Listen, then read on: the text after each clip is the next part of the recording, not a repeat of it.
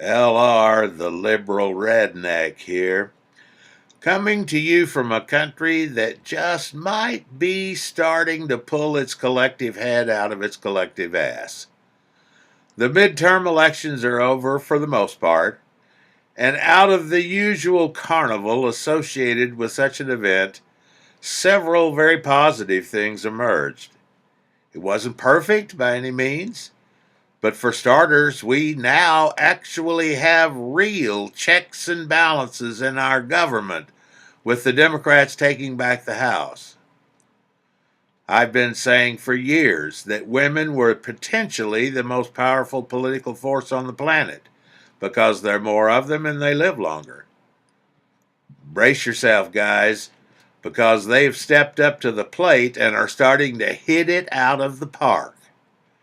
For you ladies who don't follow baseball, that is a very good thing. 100 plus women will be going to Congress for the first time in our history. Voter turnout was amazing. People actually got involved. In my home state, we have same-day registration, and the line to register was 5 times longer than the line to vote. And the overall participation was the highest in 50 years. Kudos must go to social media for creating the urgency for everyone to vote. This was especially evident in the number of new voters standing in line with their heads buried in their cell phones waiting to do their civic duty. The thing that made me the proudest was the amazing diversity of winning candidates.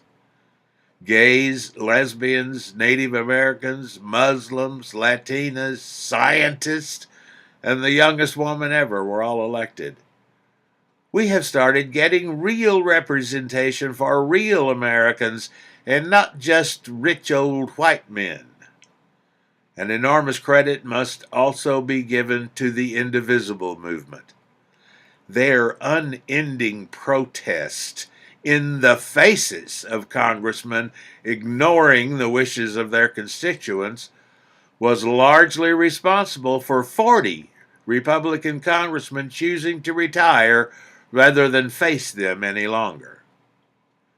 There were definitely some major dirty tricks that prove how scared the GOP had become, with Georgia and North Dakota leading the way right behind Fat Nixon and his racist fear-mongering epic about the caravan. All in all, I feel that we have reason to celebrate, and remember, Bobby Mueller no longer has the looming election holding him back. You can reach me at theliberalredneck@gmail.com.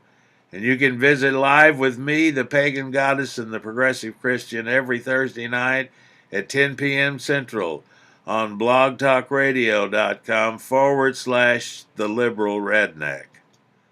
Thanks for watching.